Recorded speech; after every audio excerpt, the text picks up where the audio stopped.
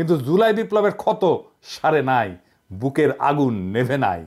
এই অগ্নিগর্ভ অবস্থায় জরুরি অবস্থা বা কু হান্দায় দেবে তেল ছাড়া, যেন এরপর কখনোই আর কু অভ্যাসের কথা কারো মাথাতে না আসে। আমাদের কাজ ফ্যাসিবাদের দোসরদের দাবরানির উপরে রাখা। আপনাদের চোখে পড়তেছে না হয়তো, কারণ এই কথাগুলো প্রকাশ্যে বলার বিষয় না, কিন্তু অনেক কাজ পিছনে হইতেছে।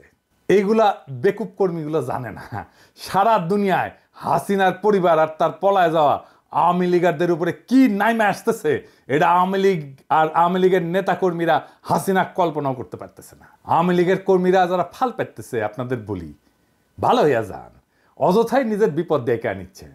আমরা দয়া কইরা, একদম দয়া কইরা, মায়া কইরা প্রাপ্যটা দেইনি, ফাল পাইরেন না।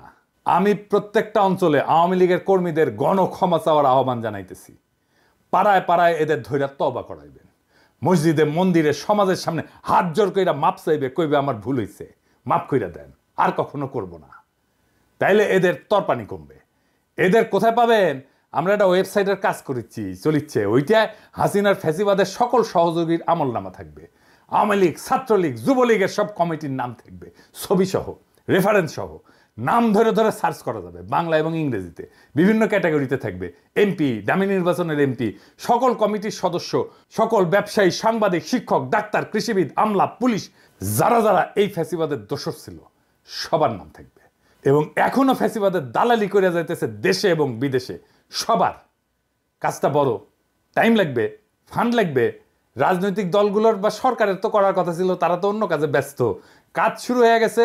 এর মধ্যে আমরা যুক্ত করব কারা কারা আওয়ামী লীগারদেরকে আশ্রয় দিছে, পুনর্বাসিত করছে, তাদেরও নাম থাকবে।